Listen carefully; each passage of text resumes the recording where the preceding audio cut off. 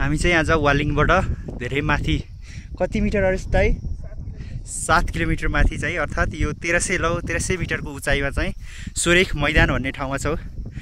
एकदम पर्यटकको एकदम अवलोकनको एकदम स्थानमा पर्ने यस मैदानमा चाहिँ आज हामी मर्निङ वाक आएका छौँ। यहाँबाट हेर्दाखेरिमा सबै बादलै बादल देखिन्छ। हाम्रो साथीहरू यहाँ सुभाषजी हुनुहुन्छ। हेलो सुभाषजी, कस्तो लाग्यो तपाईँलाई यहाँको वातावरण?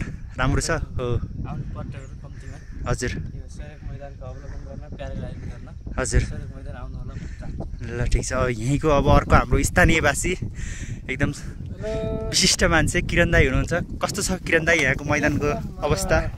मलाई त राम्रो छ। अब बाहिरी मान्छे नि यहाँ घुम्न आउँछ हो। बाहिरी मान्छे यो सोरेख मैदानमा एकदमै पर्यटकको दिउँसोमा पर्यटकको आकर्षणको केन्द्र मानिएको छ। वालिङ आन्तरिक तथा बाह्य पर्यटकहरूको अवलोकन दिन प्रतिदिन बढ्दै गएको छ। इन्फ्रास्ट्रक्चरहरू पनि निर्माणाधीन अवस्थामा छ र आज म पनि यहाँ घुम्न आएको छु। यहाँको तपाईँले भ्यू देख्न सक्नुहुन्छ, एकदम रमाइलो छ।